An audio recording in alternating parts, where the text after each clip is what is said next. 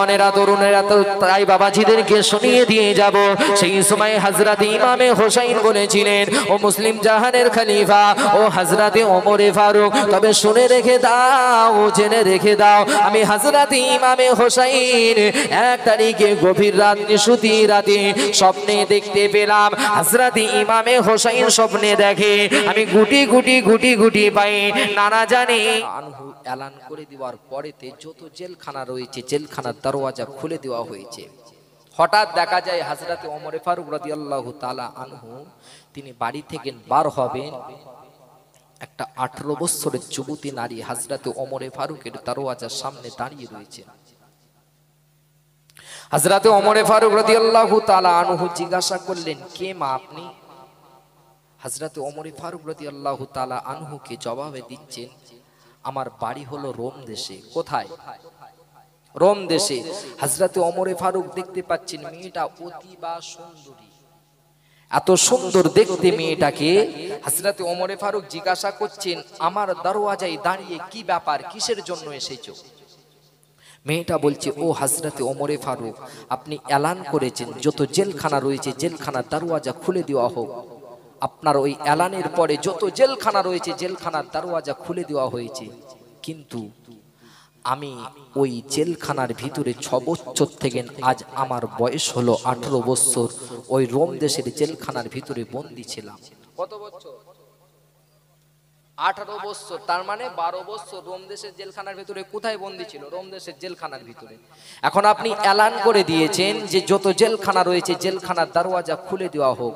এখন আমি যদি বাড়ি ফিরে চলে যাই আমাকে বাড়িতে আশ্রয় দেবে না, কারণ আমি 6 বছর বয়সে দিনকে মেনে নিয়েছিলাম, ইসলামকে মেনে নিয়েছিলাম, শরিয়তকে মেনে নেবার কারণেতে আমাকে রোম দেশের জেলখানার ভিতরে বন্দী করে দেওয়া হয়েছিল। কোথায় বাপ? রোম দেশের জেলখানার ভিতরে বন্দী করে দেওয়া হয়েছিল। এখন তো আমার বয়স হলো 18, এখন যদি বাড়ি ফিরে চলে যায় আমাকে আশ্রয় দেবে না, কারণ আমি কলেমা পড়ে মুসলমান হয়েছি। যে আমি যদি কলেমাকে ছেড়ে দিই, দ্বীনকে ছেড়ে দিই, ইসলামকে যদি ছেড়ে দিই আমাকে বাড়িতে আশ্রয় দেবে। এই কি বোঝা গেল?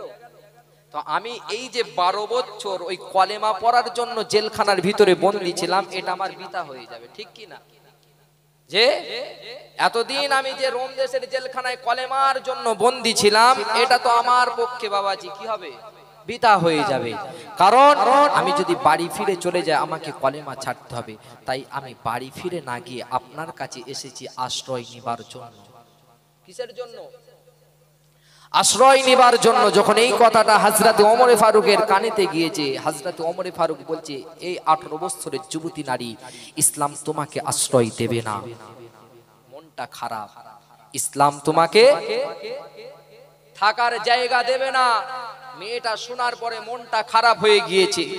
সেই সময় মুসলিম জাহানের খলিফা হযরত ওমর ফারুক ওই 18 বছরের যুবতী নারীটাকে বলছেন, তোমার বয়স যেহেতু 18 বছর, ইসলাম তোমাকে অধিকার দেবে। জোরে বলে, আর একটু জোরে হবে না? নারায়ে তাকবীর। ইসলাম তোমাকে আশ্রয় দেবে না, ইসলাম তোমাকে অধিকার দেবে। বলেন বাপ, আশ্রয় বড় না অধিকার বড়? অধিকার বড়। মেয়েটা জিজ্ঞাসা করছে, ইসলাম আমাকে কেমন অধিকার দেবে? আপনাকে যদি কেউ বলে আপনাকে অধিকার দেবে, আপনি তো জিজ্ঞাসা করবেন কেমন অধিকার? মেয়েটাকে বলছে, তোমার বয়স যেহেতু 18 বছর, ইসলাম তোমাকে একটা সুন্দর ছেলের সঙ্গে বিবাহর ব্যবস্থা করে দেবে। জোরে বলে। মেয়েটা জিজ্ঞাসা করছে, সুন্দর ছেলেটাকে? সুন্দর ছেলেটাকে? সেই সময় হযরত ওমর ফারুক রাদিয়াল্লাহু তাআলা আনহু বলছেন, সুন্দর ছেলেটা হলো আব্দুল্লাহ। আব্দুল্লাহটাকে না হযরত ওমর ফারুকের কলিজার টুকরা। বাপ যখন সুন্দর ছেলের কথা বলেছে, ভালো ছেলের কথা বলেছে, কার কথা বলেছে? নিজের সন্তান হযরত আব্দুল্লাহর কথা বলেছে। ছেলে যতই খারাপ হোক বাপের কাছে ছেলে। আওয়াজ দিচ্ছেন না কেন? এই আওয়াজ বোঝা যাচ্ছে তো বাপ? ছেলে যতই খারাপ হোক বাপের কাছে সন্তান ভালো। চাচা বলছে, জানিস আমার সন্তানটা হলো গ্রামের টেক্কা সন্তান। যে চাচা বলছে, হ্যাঁ। দুদিন পরে দেখছি ওই সন্তান কি গালিগালাজ করছে। কি হলো? কদিন আগে তো বলছিলেন ছেলে হলো আমার গ্রামের টেক্কা সন্তান, সন্তান হলো আমার ভালো সোনার টুকরো। আজকে কেন গালাগালি করছেন? বলছে ছেলে আমার আর ছেলে নাই। ছেলে আর ছেলে নাই। কেন গো? বলছে ছেলে বিবির গায়ের কালার পেয়েছে সাদা, ছেলে আমার হয়েছে ডিজিটাল গাধা, বসালে বসে উঠালে ওঠে। এমন ব্যক্তি আছে কি নাই বাপ? হ্যাঁ, হযরতে ওমরে ফারুক বলছে সন্তান হলো হযরতে ওমরে ফারুকের কলিজার টুকরা হযরতে আব্দুল্লাহ। ওই 18 বছরের যুবতী নারীটা বলছেন, ও মুসলিম জাহানের খলিফা, ও হযরতে ওমরে ফারুক, আপনার সন্তান হযরতে আব্দুল্লাহর চাইতে কি এই মদিনা শহরে আর ভালো ছেলে নাই? প্রথমেই বলেছি ছেলে যতই খারাপ হোক বাপের কাছে ছেলে কি ভালো। সেই সময় হযরতে ওমরে ফারুক চুপ করে বলছেন, মা তুমি বলো তোমার চোখে কোন সন্তানটা ভালো? আচ্ছা, মেয়েটা যদি খারাপ ছেলের নাম বলে, মেয়েটার খবর আছে কি নাই? মেয়েটা সেই সময় বলছে, ও মুসলিম জাহানের খলিফা হযরত ওমরে ফারুক, তবে শুনে রেখে দাও, আমি একটা সন্তানের নাম বলছি যিনার নানা জানো হলো দিন ও দুনিয়ার বাদশা, দিন ও দুনিয়ার বাদশা, বাদশা দিগদের বাদশা, দিন ও দুনিয়ার শাহিনশাহ হাবিবুল্লাহ নবী জনাবে মুহাম্মদুর রাসূলুল্লাহ সাল্লাল্লাহু আলাইহি ওয়াসাল্লাম, যিনার জনম দুঃখিনী মা হলো জান্নাতের সরদারানী, জান্নাতের সরদারানী, খাতুনে জান্নাত, জান্নাতদের সরদারানী হযরতে ফাতেমা জোহরা। যে সন্তানের নাম বলছি সেই সন্তানটা হলো জান্নাতের যুবকদের সরদার হযরতে ইমামে হোসাইন। জোরে বলে, আর একটু জোরে হবে না? নারে তাকবীর। আচ্ছা, যে নাম বলেছে এই সন্তানের চাইতে কি আর ভালো সন্তান আছে?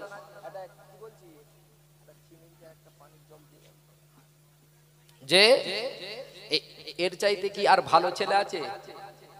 সেই সময় মুসলিম জাহানের খলিফা হযরতে ওমরে ফারুক বলছে, মা ইমামে হোসাইন তো আমার সন্তান নয়। ইমামে হোসাইন কার সন্তান? হযরতে আলীর সন্তান। সেই সময় বলছে, মা ইমামে হোসাইন আমার সন্তান নয়, তো আমি আজ পর্যন্ত কারো ঘটকালি করি নাই, ঘটকগিরি করি নাই, কারো দেখাশোনা করি নাই। কারণ মেয়ে আর ছেলে যদি খারাপ হয় কে গালি খায় বলেন তো? ঘটক গালি খায়। আপনি বিবাহ বাড়ি গিয়েছেন, জনমদাতা পিতার কাছ থেকে বাবুর্চি গোশ চেয়েছে, গোশ দিয়েছে, ঠিক কিনা? যে যেটা চেয়েছে সেটা দিয়েছে। এখন বাবুর্চি রান্না করতে গিয়ে ভাত পুড়িয়ে ফেলেছে, তরকারি পুড়ে গিয়েছে, দোষ কার হয়? হ্যাঁ, রান্নির হয় না বাপের হয় গো? লক্ষ্য করে দেখবেন কিছু মানুষ গালি গালাজ দিয়ে বাড়ি থেকে বার হয়ে আসে, এমন ব্যক্তি আছে যে যদি বাবাজি বাবুর্চি খারাপ করে মেয়ের বাপের দোষ হয়। আর এদিকে মেয়ে আর ছেলে যদি বাবাজি খারাপ কাজ করে, বাবাজি সংসারে যদি অশান্তি হয়, তখন কাকে ধরে? ঘটককে ধরে। তখন মুসলিম জাহানের খলিফা হযরতে ওমরে ফারুক বলছে, আজ পর্যন্ত আমি কারো ঘটকগিরি করি নাই, ঘটকালি করি নাই, কিন্তু মা তোমার জন্য ঘটক হিসেবে হযরতে আলীর দরওয়াজায় যাব। জোরে বলে, কারণ যদি কারো একটা বিবাহ যদি লাগিয়ে দিতে পারেন আল্লাহ পাক খুশি হয়ে যায়। জোরে হবে না? আর একটু চিল্লে হবে না? আর যদি একটা কারো কাটি দিয়ে ভেঙে দেয়, হ্যাঁ, আজকে বলেন লাগানোর সংখ্যাটা বেশি না কাটার সংখ্যা বেশি? কুদ্দুসের মেয়েকে দেখতে গিয়ে রহিম চাচার কাছে গিয়ে বলছে, ও চাচা ওই কুদ্দুসের মেয়েটা কেমন হবে? বলছে ও তো বাগান ঠেলা। আর বিয়ে হবে বলে মনে হয়? দেখেন সমাজ আজ শেষ করে ফেললো, চগলখুরিতে গাদা ভরে গিয়েছে। যে আজকে লক্ষ্য করে দেখেন, সেই সময় মুসলিম জাহানের খলিফা হযরতে ওমরে ফারুক বলছে, মা আমি আজ পর্যন্ত কারো ঘটক নয়, কিন্তু তোমার জন্য ঘটক হয়ে হযরতে আলীর দরওয়াজায় যাব। জোরে হবে না? গুটি গুটি পায়ে হযরতে ওমরে ফারুক চললেন আলীর দরওয়াজার দিকে। হযরতে আলীর দরওয়াজায় গিয়ে আওয়াজ দিয়েছেন। হযরতে আলী দরওয়াজায় আওয়াজ যখন দিয়েছেন, হযরতে আলী দরওয়াজা খুলে দেখছেন মুসলিম জাহানের খলিফা দাঁড়িয়ে রয়েছেন। ভাই কি ব্যাপার? আমি হযরতে আলী আমার দরওয়াজায়। বলছে, ভাই আপনার ইমামে হোসাইনের জন্য একটা সুন্দর নারীর খবর নিয়ে এসেছি বিবাহর জন্য। জোরে বলবেন না? হযরতে আলী রাদিয়াল্লাহু তাআলা আনহু জিজ্ঞাসা করছেন, সুন্দরী নারী, তার পিতা কি করে? বলছে জানি না। তার জনম দুঃখিনী মা? বলছে জানি না। বাড়ি রোম দেশে। মেয়ে কি করে? কোথায় পেলে মেয়ের খবর? বলছে 6 বছর থেকে 18 বছর পর্যন্ত রোম দেশের জেলখানার ভিতরে কয়েদি ছিল, বন্দী ছিল। আচ্ছা বলেন মেয়ে ভালো হবে না খারাপ হবে? এর দ্বারাই বোঝা গেল যে এমন যদি কোনো ঘটক কারো প্রস্তাব নিয়ে বিবাহর প্রস্তাব নিয়ে আসে, ওই ঘটককে বাবাজি বাপ ছেলে দেবে বলে বাবাজি বাড়িতে বসাবে না দূর দূর করে তাড়িয়ে দেবে? বা মুসলিম জাহানের খলিফার কথাটা শুনে হযরতে আলী চুপ করে গিয়েছেন, কোনো কথা বলেন না। বলছে বিবাহ করবে হযরতে ইমামে হোসেন। তিনার একবার রায়টা নেন, তিনার কাছে জিজ্ঞাসা করেন। হযরতে ওমর ফারুক রাদিয়াল্লাহু তাআলা আনহু সেই সময় বাবাজি দাঁড়িয়ে, মুসলিম জাহানের খলিফা দাঁড়িয়ে, হযরতে আলী দাঁড়িয়ে। হযরতে আলী যখন দাঁড়িয়ে রয়েছেন, সেই সময় দেখা যায় জান্নাতের যুবকদের সরদার হযরতে ইমামে হোসেন বাড়ির বাইরে বার হচ্ছেন, আর মুখ দিয়ে জবান দিয়ে বাহির হচ্ছে, মেয়ে কালো কি ফর্সা, লম্বা কি বেঁটে, মোটা কি রোগা, আমি হযরতে ইমামে হোসেন দেখব না, আমি হযরতে ইমামে হোসেন দেখব তার চরিত্র। তার চরিত্রটা যদি নানি জান হযরতে আয়েশার মতন হয়ে থাকে, আমি এক কথাই বিবাহ করে নেব। জোরে বলে, আর একটু আওয়াজ দিয়ে বলে, এ সাবজেক্ট কি চেঞ্জ করব? সেই সময় মুসলিম জাহানের খলিফা হযরত ওমর ফারুক রাদিয়াল্লাহু তাআলা আনহু জিজ্ঞাসা করছেন, ও হযরত ইমামে হোসেন, কি ব্যাপার? মেয়ে কালো কি ফর্সা, লম্বা কি বেঁটে, মোটা কি রোগা, দেখবে না নানি জানের মতন চরিত্রবান খোঁজাখুঁজি করছো, কি ব্যাপার? ওরে যুবকেরা, জওয়ানেরা, তরুণেরা, তো তাই বাবাজিদেরকে শুনিয়ে দিয়ে যাব। সেই সময় হযরত ইমামে হোসেন বলেছিলেন, ও মুসলিম জাহানের খলিফা, ও হযরতে ওমরে ফারুক, তবে শুনে রেখে দাও, জেনে রেখে দাও, আমি হযরত ইমামে হোসেন এক তারিখে গভীর রাত নিশুতি রাতে স্বপ্নে দেখতে পেলাম। হযরত ইমামে হোসেন স্বপ্নে দেখে আমি গুটি গুটি গুটি গুটি পাই নানা জানের দরওয়াজায় হাজির হয়ে গিয়েছিলাম। নানা জান দরওয়াজা খুলে দিন, আমি হযরত ইমামে হোসেন এসেছি। ও নানা জান দরওয়াজা খুলে দিন, আমি হযরত ইমামে হোসেন এসেছি। ও সোনার মানিকেরা, যুবকেরা, বাড়ির ভিতর থেকে কোনো আওয়াজ আসে নাই। বাড়ির ভিতর থেকে কোনো জবাব আসে নাই, উত্তর আসে নাই। হযরত ইমামে হোসেন আবারও উত্তরে দিলেন, ও নানা জান দরওয়াজা খুলে দিন, আমি হযরত ইমামে হোসেন এসেছি।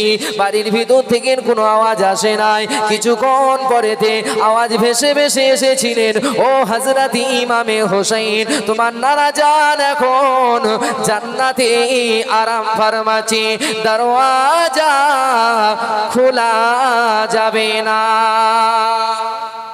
নানা জান কোথায়? আওয়াজ দেন, জান্নাতে আরাম ফরমাচ্ছে, দরওয়াজা খোলা যাবে না। ওরে যুবকেরা, জওয়ানেরা, তাই বাবাজিদেরকে শুনিয়ে দিয়ে যাব। হযরত ইমামে হোসেন সেই সময় এই কথাটার আওয়াজ পাওয়ার পর নিজের বাড়ির দিকে ফিরে আসে, নিজের বাড়ির দিকে চলে যেতে লাগে। এমন অবস্থায় নিজের মন চিন্তা করে দেখলেন, নানা জান যদি জান্নাতে আরাম ফরমায়, বাড়ির ভিতর থেকে কে আওয়াজ দিল? এই চিন্তায় হযরত ইমামে হোসেন আবারও নানা জানের দরওয়াজা গিয়ে হাজির হয়ে গিয়েছেন। নানা জানের দরওয়াজার ফাঁক দিয়ে লক্ষ্য করে দেখে নানি জান হযরতে আয়েশা সিদ্দিকা রাদিয়াল্লাহু তাআলা আনহা বসে রয়েছে। আর নানি জান হযরতে আয়েশা সিদ্দিকা রাদিয়াল্লাহু তাআলা আনহার কোলের উপরে আল্লাহর নবী মাথা দিয়ে আরাম ফরমাচ্ছে। হযরত ইমামে হোসেন এই দৃশ্য দেখে আবার হুঙ্কার আওয়াজ দিলেন, ও নানা জান, আমি হযরত ইমামে হোসেন, আমাকে বলেন জান্নাতে আরাম ফরমাচ্ছি, জান্নাতে আরাম ফরমাচ্ছি। আর আমি হযরত ইমামে হোসেন লক্ষ্য করে দেখি নানি জানের কোলের উপরে মাথা দিয়ে আরাম ফরমাচ্ছেন। কি ব্যাপার? আমি হযরত ইমামে হোসেন, আমাকে কি কারণে বললেন জান্নাতে আরাম ফরমাচ্ছি? ঠিক কি না? আমি তো ইমামে হোসেন লক্ষ্য করে দেখছি নানি জানের কোলের উপরে মাথা দিয়ে আরাম ফরমাচ্ছে। ওরে যুবকেরা, জওয়ানেরা, আল্লাহর নবী সেই সময় হযরত ইমামে হোসেনকে বলেছিলেন, ও নাতি ভাই, ও হযরত ইমামে হোসেন, তবে শুনে রেখে দাও, জেনে রেখে দাও, যে বাড়িতে তোমার নানি জানের মতো আদর্শবান চরিত্রবান নারী থাকিবে, ওই বাড়িটা আল্লাহ পাকের দয়ার জান্নাত বলে গণ্য হয়ে যাবে। আর আর একটু জোরে হবে না? এ কার মতন চরিত্র? তো যদি বিবাহ করতে হয় কার মতন করব? যে আজকে বাবাজি এরকম চরিত্রবান পাওয়া যাবে?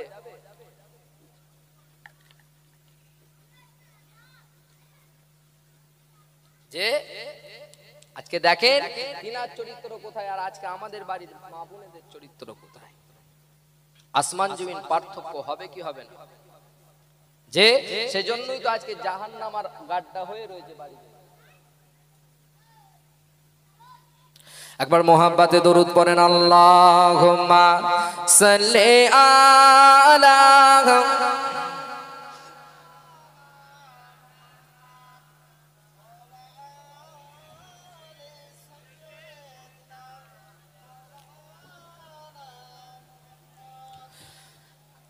আই কি যাবি আই তোর মদিনায় জিয়ারতে রওজাই, যে তাই নবী শুইয়া আছেন পাক মদিনায়।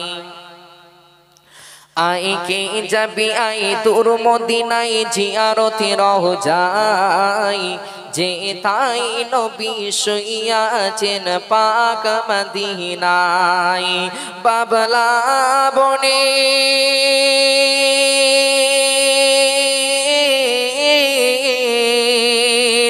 বাবলা বনের ধারে ধারে বকরি চড়াইতেন, আর মেঘেরা এসে নূর নবীকে ছায়া করিতে। আর একটু জোরে হবে না? বাবলা বনের ধারে ধারে বকরি চড়াইতেন, আর মেঘেরা এসে নূর নবীকে ছায়া করিতেন। এমন নবী এই দুনিয়ায় আর তো আসবে না, এমন নবী এই দুনিয়ায় আর তো আসবে না। তুলনা তো দূরের কথা, তার ছায়া মেলে না। আই কে যাবি আই দূর মদিনায় জিয়ারতে রওজাই, যে তাই নবী শুইয়া আছেন পাক মদিনায়। হাজার হাজার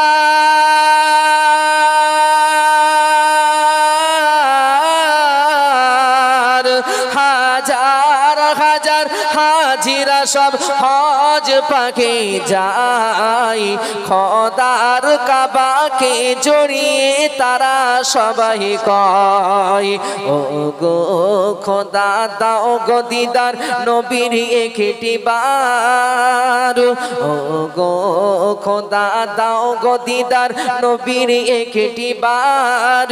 কিয়ামতের কঠিন দিনে তাহলে হব পার। আই কে যাবি আই দূর মদিনায় জিয়ারতে রওজাই, যে তাই নবী শুইয়া আছেন পাক মদিনায়। দরুদ আল্লাহুম্মা সাল্লি আলা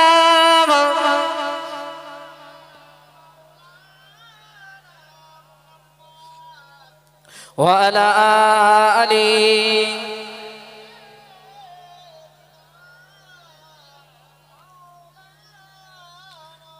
যে যে কথা বলছিলাম, যে যদি চরিত্র যদি নানি জানের মতন হয়ে থাকে, আমি হযরত ইমামে হোসাইন কি করব? বিবাহ করে নেব। বাপ কার চরিত্র কেমন কি আপনি বলতে পারবেন? কেউ কি বলতে পারবে? বলতে পারবে না। তার সঙ্গে তো কয়েক সেকেন্ড কয়েক মিনিটের সম্পর্ক, ঠিক কি না? তো তার চরিত্র কেমন হযরত ওমরে ফারুক গ্যারান্টি দিতে পারবে না। এই চিন্তায় হযরত ওমরে ফারুক বলছে, তাহলে বিবাহ হলো না, আর আমার ঘটকালিটা আল্লাহর দরবারে কবুল হলো না। মনটা খারাপ হয়ে বাড়ির দিকে চলে যাচ্ছে। হযরত ইমামে হোসেন মুসলিম জাহানের খলিফা হযরত ওমরে ফারুকের হাতটা ধরেছে, দাঁড়িয়ে যা। হযরত ওমরে ফারুক দাঁড়িয়ে গিয়েছে। কি ব্যাপার? না, আপনি যেহেতু এতটা পথ অতিবাহিত করে আমার বাড়িতে এসেছেন, আপনাকে ফিরিয়ে দেব এ হতে পারে না। যান, ওই 18 বছরের যুবতী নারীটার কাছে চলে যান, তার কাছে গিয়ে বলবেন হযরত ইমামে হোসেন তিনটে তাকে প্রশ্ন করবে। কটা? তিনটে প্রশ্ন করবে। আর এই তিনটে প্রশ্নের যদি সঠিক অ্যান্সার, সঠিক জবাব যদি দিতে পারে, হযরতে ইমামে হোসেন এক কথাই বিবাহ করে নেবে। জোরে বলে, আর একটু জোরে হবে না?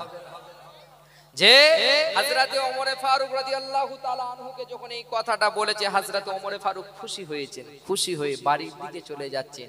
মিডল পয়েন্টে গিয়ে হযরতে ওমর ফারুকের মনটা আবারও খারাপ হয়ে গিয়েছে। বাবা কেন না, সেই সময় চিন্তা করছে, তিনি কি চিন্তা করছে যে ওই মেয়েটা 6 বছর থেকে 18 বছর পর্যন্ত কোথায় ছিলেন? জেলখানায়। যদি ইসলাম নিয়ে কোনো তাকে প্রশ্ন করা হয়, সে হয়তো উত্তর দিতে পারবে না। এই চিন্তায় মনটা খারাপ হয়ে গিয়েছে, তাহলে ঘটকটা আমার আল্লাহ পাকের দরবারে কবুল হবে না।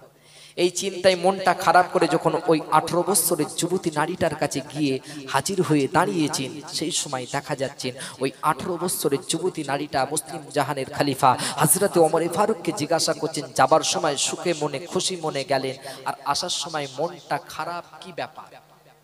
সেই সময় মুসলিম জাহানের খলিফা হযরতে ওমর ফারুক বলছেন, মা তোমাকে ইমামে হোসেন 3টে প্রশ্ন করবে, আর এই 3টে প্রশ্ন তোমাকে সঠিক জবাব দেওয়া লাগবে, তবেই ইমামে হোসেন কি করবে? বিবাহ করবে। যদি না দিতে পারো তাহলে হযরত ইমামে হোসেন তোমাকে বিবাহ করবে না। আর আমার মনটা বলছে যে তুমি 6 বছর থেকে 18 বছর পর্যন্ত রোম দেশের জেলখানায় যেহেতু বন্দী কয়েদি ছিলে, তুমি উত্তর দিতে পারবে না, সেই জন্যই তো আমার মনটা খারাপ। ওই 18 বছরের যুবতী নারীটা বলছে, এ মুসলিম জাহানের খলিফা, আমার ঈমান বলছে আমি হযরতে ইমামে হোসেনের 3টে প্রশ্ন সঠিক আনসার, সঠিক জবাব দিয়ে দেব। আর একটু আস্তে বলেন, নরেন্দ্র মোদী শুনতে পাবে গো, আসতে বলে, একটু জোরে হবে না? নারে তাকবীর, নারে তাকবীর, নারে তাকবীর।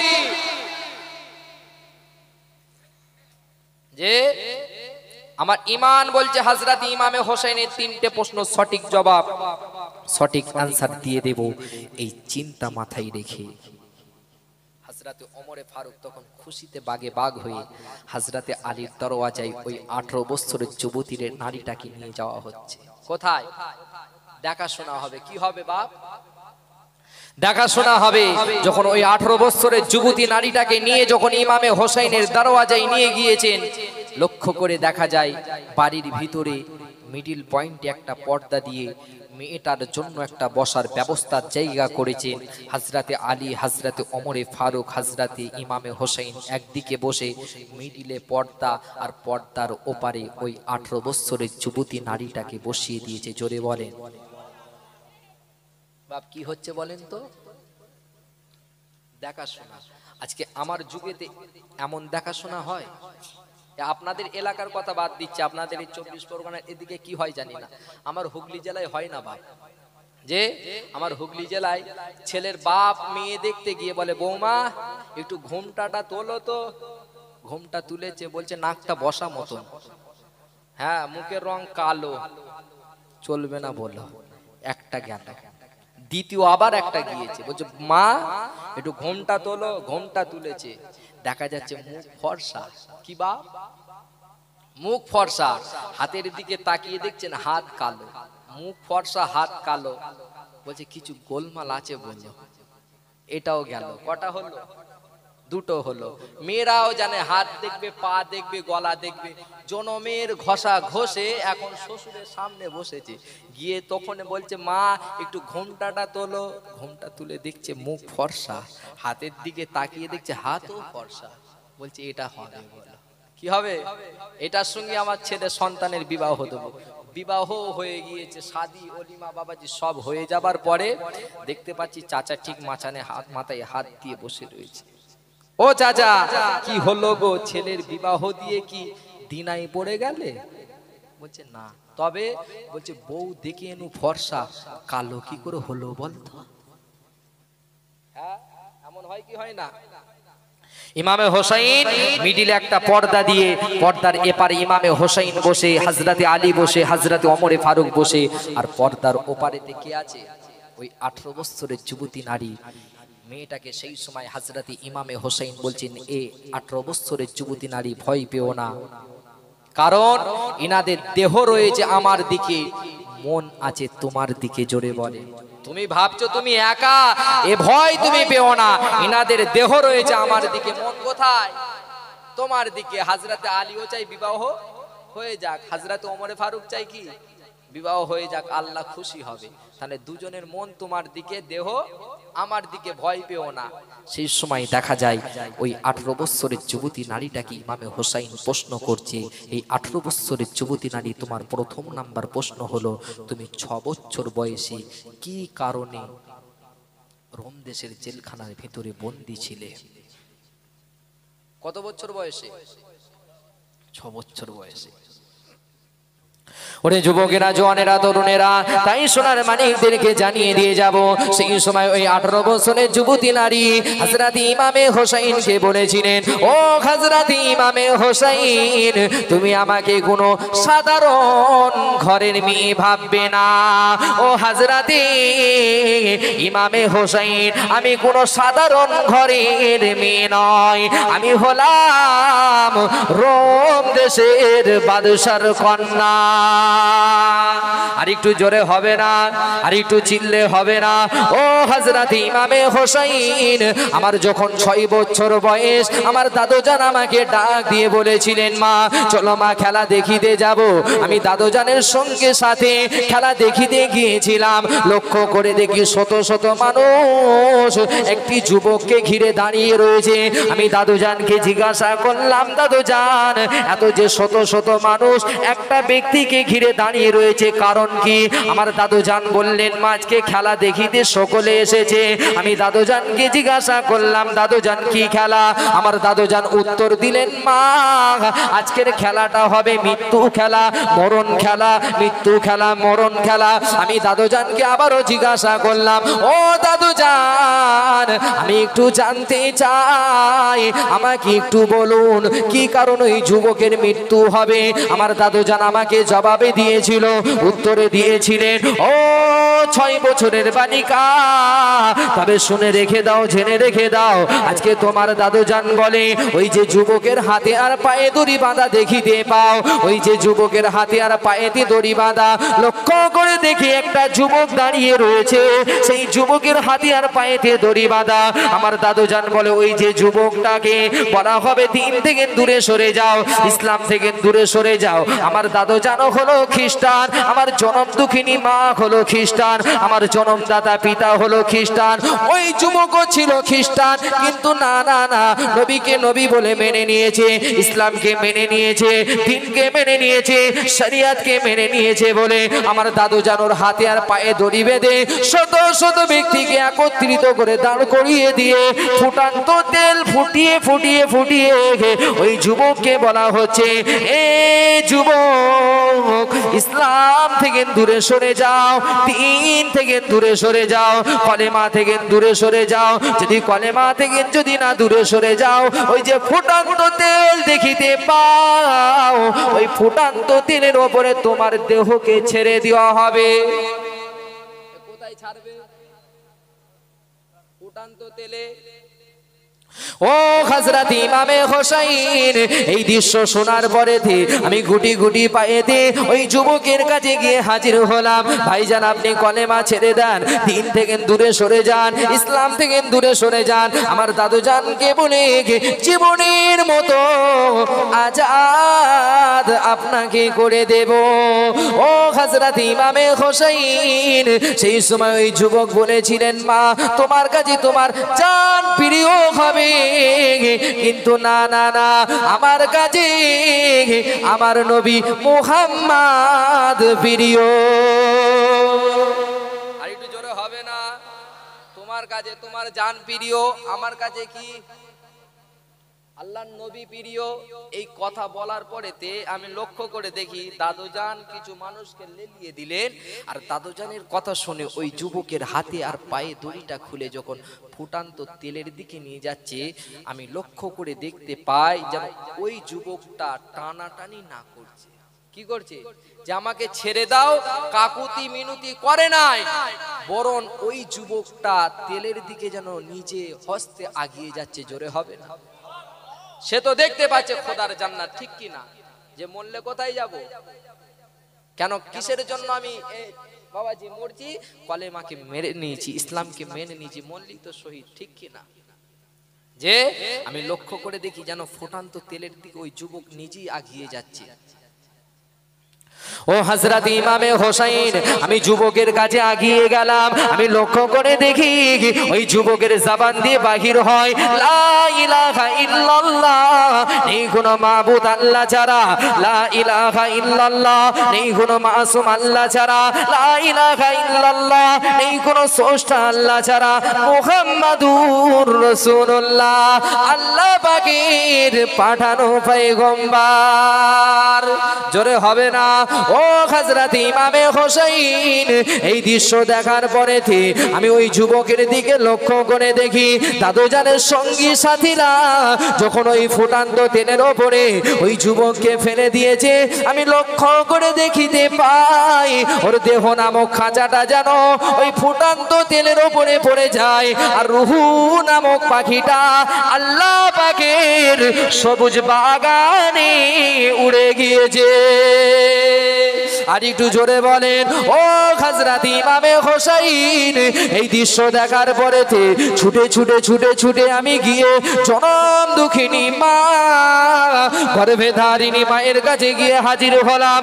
ও আমার জনম দুঃখিনী মা, মৃত্যুর পরে যদি বাঁচতে চান, মৃত্যুর পরে যদি আজাদ হতে চান, আমার সঙ্গে পড়ে নেন লা ইলাহা ইল্লাল্লাহ, নেই কোনো মাবুদ আল্লাহ ছাড়া, লা ইলাহা ইল্লাল্লাহ, নেই কোনো মাসুম আল্লাহ ছাড়া, লা ইলাহা ইল্লাল্লাহ, নেই কোনো স্রষ্টা আল্লাহ ছাড়া, মুহাম্মাদুর রাসূলুল্লাহ, আল্লাহ পাকের পাঠানো পয়গম্বর।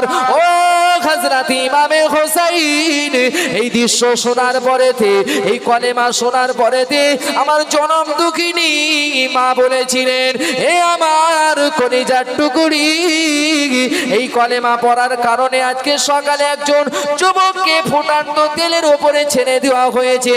এই কলেমা ছেড়ে দাও, দিন থেকে দূরে সরে যাও, এই কলেমার জবান দিয়ে বাহির করবে না মা।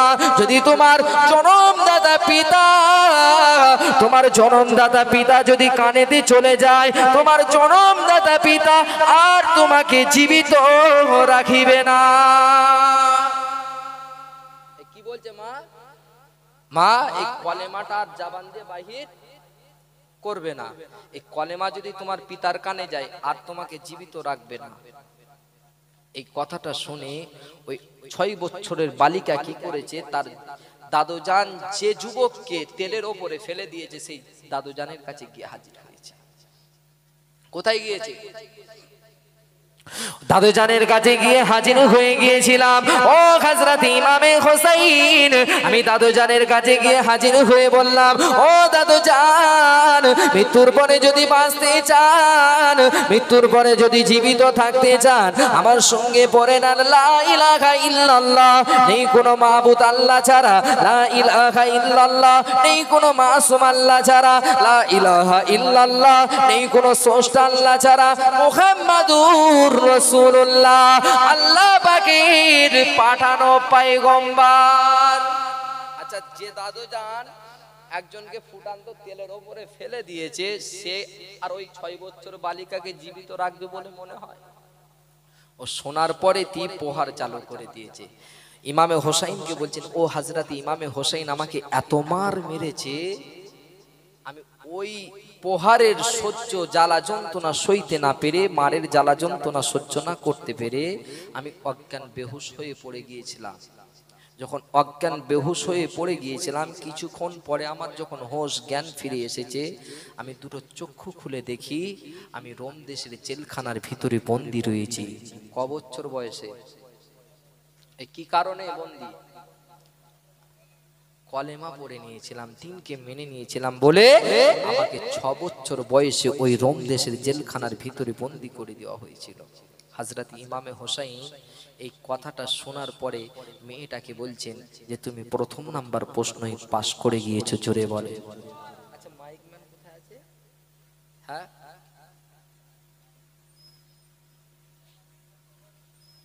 আছে? আপনি মাইক ম্যান? একটু ডেকে নিয়ে আসেন।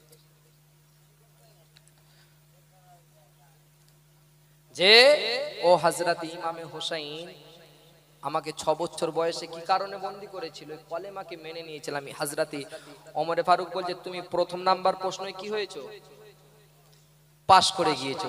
সেই সময় ওই 18 বছরের যুবতী নারীটা ইমামে হোসাইনকে যখন এই কথা বলেছে পাশ করে গিয়েছো, ইমামে হোসাইন বলছে তবে প্রথম নাম্বার তুমি যেহেতু পাস, তোমার দ্বিতীয় নাম্বার প্রশ্ন। ক নম্বর বাপ? দ্বিতীয় নাম্বার, তুমি কি আমার জনম দুঃখিনী মাকে চেনো? দ্বিতীয় প্রশ্ন কি বাপ? আওয়াজ দেন। তুমি কি আমার জনম দুঃখিনী মাকে চেনো? জনম দুঃখিনী মা কে বলেন তো? হযরতে ফাতেমা। তখন এই কথাটা শোনার পরে তো ওই 18 বছরের যুবতী নারীটা এক কথায় উত্তর দিচ্ছেন, ও হযরতে ইমামে হোসাইন তোমার জনম দুঃখিনী মাকে আমি চিনি। জোরে বলবেন না? আর একটু জোরে হবে না? আর একটু চিল্লে হবে না?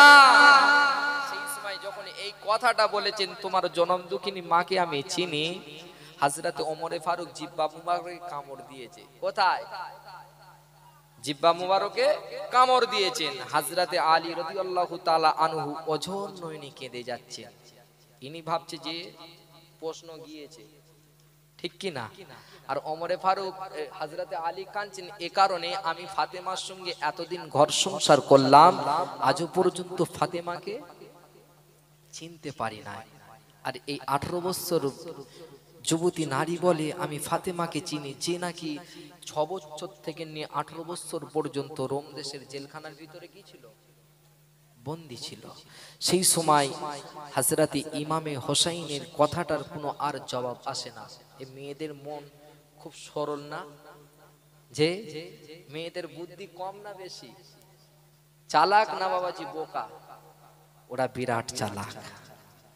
যে ওরা বিরাট চালাক।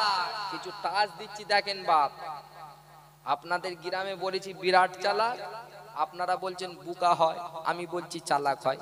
এখন আপনাদের এক যুবক গিয়েছে মাঠে ছাগল বাঁধতে, আর ছাগল বাঁধতে গিয়ে দেখছে একটা কুয়ার পাশে একটা যুবতী নারী দাঁড়িয়ে রয়েছে।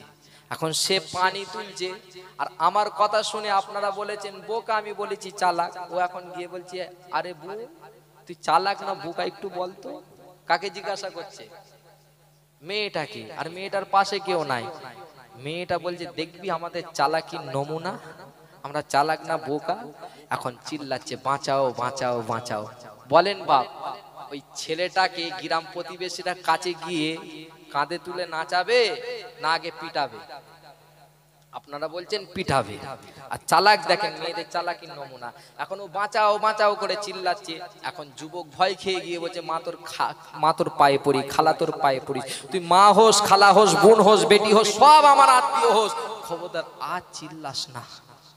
মেয়েটা আরো জোরে চিল্লাচ্ছে, বলছে তুই তো বলছিস চালাকির নমুনা দেখবো, দেখ। এখন গ্রাম প্রতিবেশীরা যে যেমন পেরেছে হাতে লাঠি সোটা নিয়ে দৌড়াচ্ছে। কোথায় বা? ছেলেটার দিকে। এখন মেয়েটার হাতে ছিল কুয়া থেকে তুলছিল কি পানি। ওই মেয়েটা সেই সময় কি করেছে, ওই কুয়ার পানি যেটা তুলছিল বালতিটা নিয়ে নিজের গায়েতে ঢেলেছে। কোথায়? গায়েতে ঢেলে নিয়েছে। যখন গ্রাম প্রতিবেশীরা কাজ বরাবর গিয়েছে, বলছে কি হলো মা? বলছে আর বলো না, এই কুয়ায় পানি তুলতে তুলতে এই কুয়াতে পড়ে গিয়েছিলাম। কুয়ায় পানি তুলতে তুলতে কি হয়েছিলাম? কুয়ায় পড়ে গিয়েছিলাম। আর এই যুবকটা যখন বাঁচাও বাঁচাও করছে, এই যুবকটা এসে আমাকে বাঁচিয়েছে। তখন গ্রাম প্রতিবেশীরা ভাবছে যে এই ছেলেটা আমাদের গ্রামের একটা মেয়েকে বাঁচিয়েছে, ছেলেটাকে কাঁধে তুলে নাচাচ্ছে। মেয়েটা বললে দেখলে 1 সেকেন্ডে তোমাকে পিটিয়ে লাল করে দিতাম, আর কিছু সেকেন্ডের ভিতরে তোমাকে কাঁধে তুলে নাচিয়ে দিলাম, ঠিক কিনা? তাহলে মেয়েরা বোকা না চালাক গো? যে ওই 18 বছরের যুবতী নারীটা, আপনি একটু আওয়াজটা ভাষান তো, বেশটা একটু কাটেন, আওয়াজটা একটু ভাষান। ওই 18 বছরের যুবতী নারীটা সেই সময় কি বলছে যে ও হযরতে ইমামে হোসাইন তবে শুনে রেখে দাও, তোমার জনম দুঃখিনী মাকে আমি চিনি। যখন এই কথাটা বলেছেন হযরতে আলী ওঝর নয়নে কাঁদছেন, কারণ ফাতেমার সঙ্গে এতদিন আমি ঘর সংসার করলাম, ফাতেমাকে চিনতে পারলাম না। হযরতে ওমরে ফারুক চিন্তা করছেন ফাতেমাকে আমি আজ পর্যন্ত নিজ চোখে দেখলাম না, আর এ বলছে আমি চিনি। দুজনের দুরকম চিন্তা।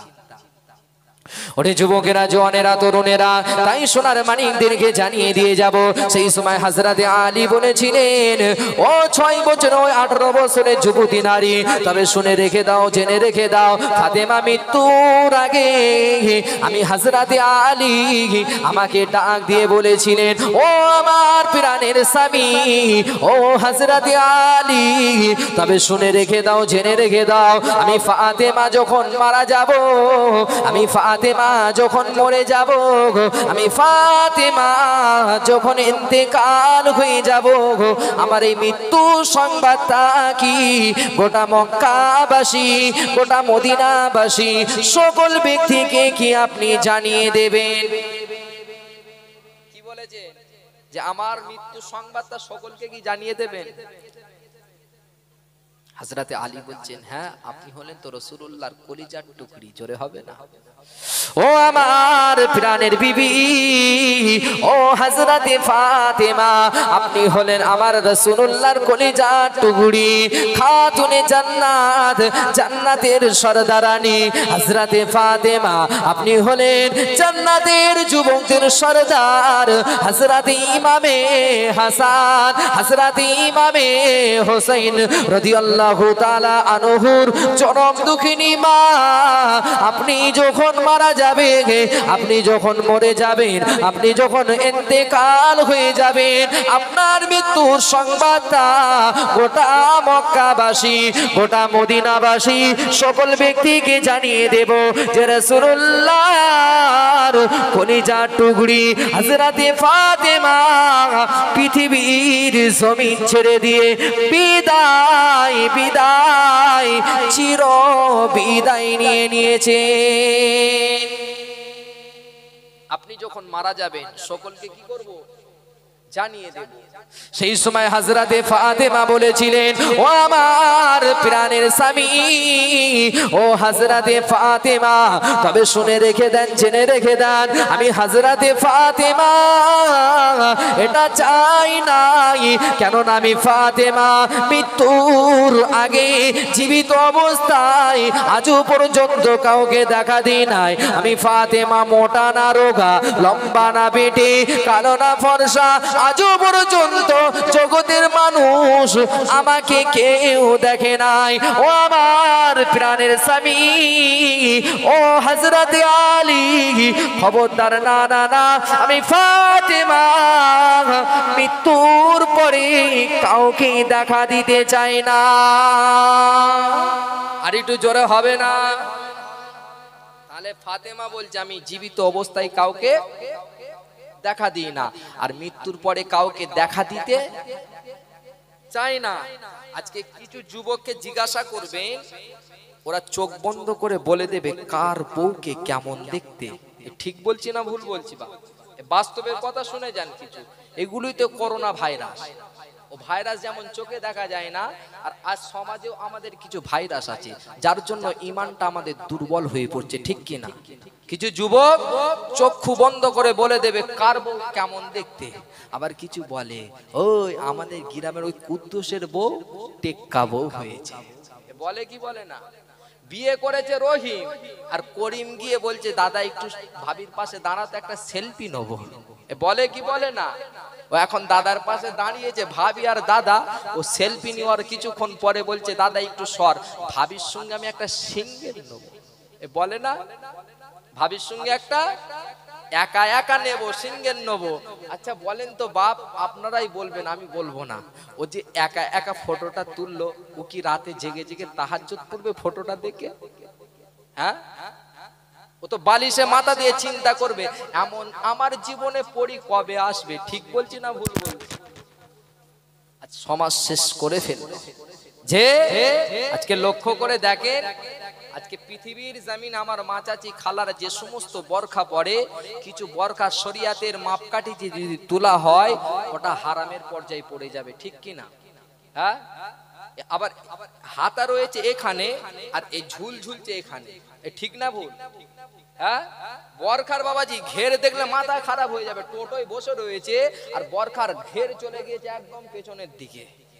দেখেন আর সমাজ শেষ করে ফেললো। বা যত বরকা, যত ডিজাইন সব ওতে মেরেছে বরখা। দেখ কত দেখবি দেখ। আর ফাতেমার চরিত্র দেখেন, ফাতেমাকে জগতের মানুষ কেউ দেখে না। সেই সময় 18 বছরের যুবতী নারীটাকে যখনই বলেছে যে ফাতেমাকে আজও পর্যন্ত কেউ দেখে নাই, হযরতে ফাতেমার কিছু নমুনা ওই মেয়েটা বলেছিল, জোরে বলে, আর একটু জোরে হবে না? যখন কিছু নমুনা ফাতেমার বলেছে, হযরতে আলী চিৎকার আওয়াজ দিয়ে বলছেন, এই 18 বছরের যুবতী নারী চুপ করে যাও, আর তুমি বলো না। তখন প্রশ্ন ঘুরিয়ে করছে যে আমার জনম দুঃখিনী মাকে কি করে চিনতে পারলে? এতক্ষণ আগে বলছে আমার মাকে চেনো, এখন বলছে তুমি আমার মাকে কোথায় দেখেছিলে, কোথায় দেখেছো, কোথায় দেখেছিলে, কোথায় দেখেছো, আমার মাকে কি করে তুমি চিনলে? কে বলছে? হযরত ইমামে হোসাইন। শুনবেন না অন্যদিকে যাবো বা? ওরে যুবকেরা, জওয়ানেরা, তরুণেরা, সেই সময় ওই 18 বছরের যুবতী নারী বলেছিলেন, ও হযরত ইমামে হোসেন, তবে শুনে রেখে দাও, জেনে রেখে দাও, আমার দাদু জান যখন আমাকে রোম দেশের জেলখানার ভিতরে 6 বছর বয়সে কয়েদি করে দেওয়া হয়েছিল, কয়েদি করে দিয়েছিল, 2 জন দারোয়ান ওই রোম দেশের জেলখানার ভিতরে প্রবেশ করে আমাকে বলে, কলেমা ছেড়ে দাও, দিন থেকে দূরে সরে যাও, ইসলাম থেকে দূরে সরে যাও, জীবনের মতো ছেড়ে দেব, জীবনের মতো আজাদ করে দেব। ও হযরত ইমামে হোসেন আমাকে বারে বার বলে, কলেমা ছেড়ে দাও, দিন থেকে দূরে সরে যাও, ইসলাম থেকে দূরে সরে যাও। ও হযরত ইমামে হোসেন, আমি 6 বছর বয়সে রোম দেশের জেলখানার ভিতরে বন্দী অবস্থায় বলেছিলাম, না না না, রবকে ভুলবো না, সৃষ্টিকর্তাকে ভুলবো না, নবীর মোহাব্বত অন্তর থেকে দূরে সরিয়ে দেব না। ও হযরত ইমামে হোসেন, ওই 6 বছর বালিকা অবস্থায় আমাকে 2 জন দারোয়ান এত মার মারে, এত প্রহার করে, এত যন্ত্রণা দেয়। ও হযরত ইমামে হোসেন, সেই মারের প্রহারের জ্বালা যন্ত্রণা আমি সইতে পারি নাই, সহ্য করতে পারি নাই। ও হযরত ইমামে হোসেন, 6 বছর বালিকা অবস্থায় কিছুক্ষণ পর অজ্ঞান বেহুশ অবস্থায় ওই রোম দেশের জেলখানার ভিতরে পড়ে গিয়েছিলাম। আমি যখন রোম দেশের জেলখানার ভিতরে অজ্ঞান বেহুশ অবস্থায় পড়ে গিয়েছিলাম, আমি লক্ষ্য করে দেখি হাসিন জামিন খুবসুরতি অতিবা সুন্দরী, কতই না জানা শোনা, কতই না পরিচিত একজন মহিলা আমার পাশে বসে বসে কাঁদে।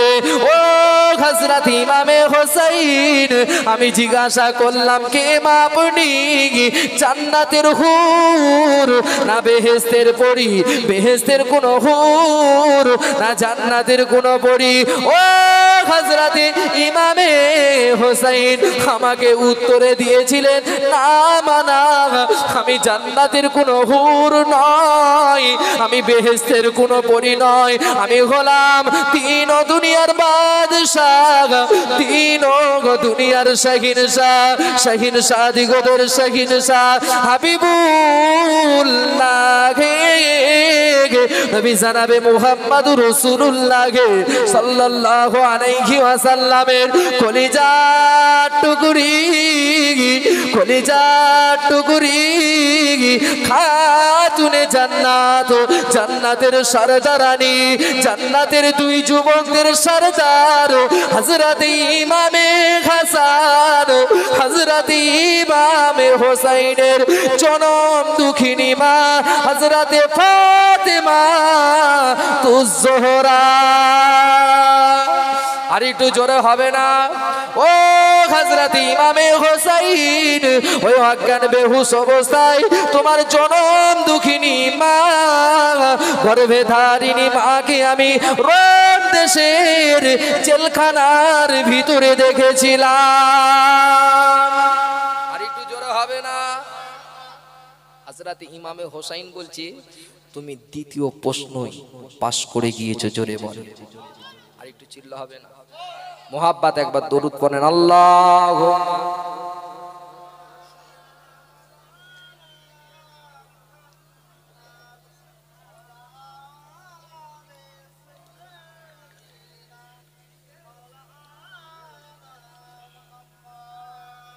খুব মোহাব্বতে দরুদ, আল্লাহুম্মা সাল্লি আলা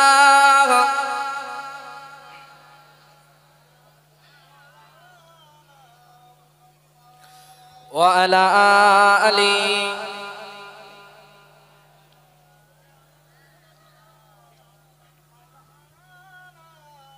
কবরের আযাব কতই কঠিন সইতে আমি পারিব না মৃত্যু যন্ত্রণা কতই কঠিন সইতে আমি পারিব না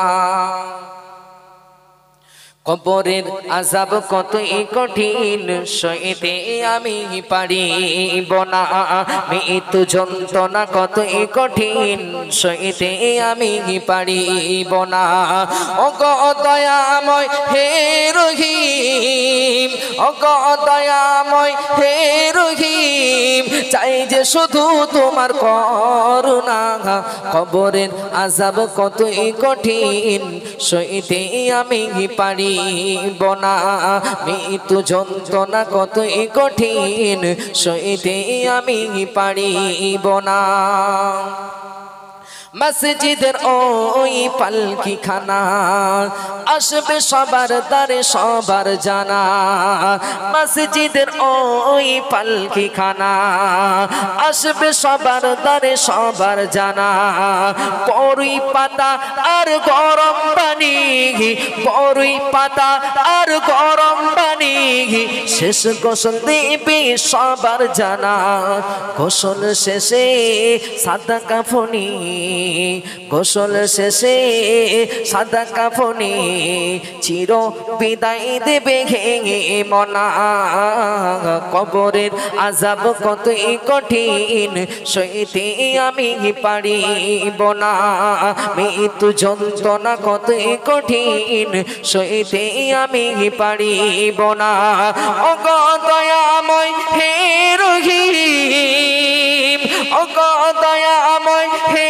রহিম চাই যে শুধু তোমার করুণা কবরের আযাব কতই কঠিন সইতে আমি পারিব না দরুদ আল্লাহুম্মা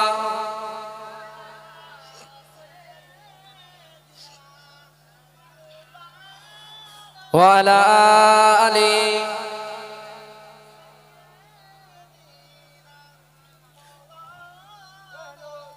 মুনকার নেকি আসবে কাছে সওয়াল করিতে আমার পাশে মুনকার নেকি আসবে কাছে সওয়াল করিতে আমার পাশে সেই সওয়ালের সঠিক জবাব সেই সওয়ালের সঠিক জবাব আমাকে ভুলিয়ে দিও না কবরের আযাব কতই কঠিন সইতে আমি পারিব না মৃত্যু যন্ত্রণা কতই কঠিন সইতে আমি পারিব না ওগো দয়াময় হে রহিম ওগো দয়াময় হে রহিম চাই যে শুধু তোমার করুণা কবরের আযাব কতই কঠিন সইতে আমি পারিব না দরুদ আল্লাহুম্মা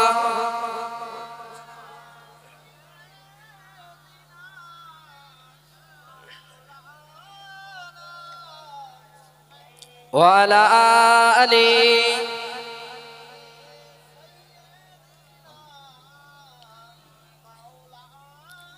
যে আজকে আমার সমাজের দিকে ফিরে এসে একটু লক্ষ্য করে দেখেন আমি আপনি রাসূলুল্লাহর আদর্শ থেকে কতটা দূরে সরে গিয়েছি রাসূল বললেন মা আতাকুমুর রাসূলু ফাখুযুহু ওয়া মা নাহাকুম আনহু ফান্তাহু আমি রাসূলুল্লাহ তোমাদের কাছে যেটা আদেশ আকারে এনেছি তার প্রতি তোমাদের জীবনটাকে অতিবাহিত করো তার প্রতি তোমাদের জীবনটাকে চালিত করো ওয়া মা নাহাকুম আনহু ফান্তাহু আমি বিশ্বনবী যেটা তোমাদের জন্য বর্জন আকারে এনেছি তা থেকে তোমাদের জীবনটাকে দূরে কি করো সরিয়ে দাও আজকে রাসূল যেটা আদেশ আকারে এনেছে সেটাকে মানতে পারলাম না রাসূল যেটাকে বর্জন করতে বলেছেন সেটাকেও ছাড়তে পারলাম না আজকে আমি আপনি পৃথিবীর জমিনে কিভাবে চলছি লক্ষ্য করে দেখেন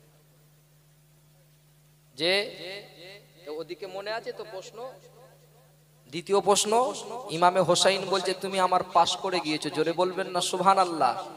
যে যখনই বলেছে তোমার জনম দুঃখিনী মাকে রোম দেশের জেলখানার ভিতরে দেখেছিলাম, ইমামে হোসাইন কি বলছে? যে পাশ করে গিয়েছো। ক নাম্বার প্রশ্ন হলো? দ্বিতীয়। তাহলে আর কটা বাকি আছে? একটা। তো এতক্ষণ একটু ঘুরে আসে দিক থেকে, আসেন একটু বাস্তবের দিক থেকে। যে আজকে লক্ষ্য করে দেখেন রাসূলুল্লাহর আদর্শ থেকে কতটা আমি আপনি দূরে সরে গিয়েছি।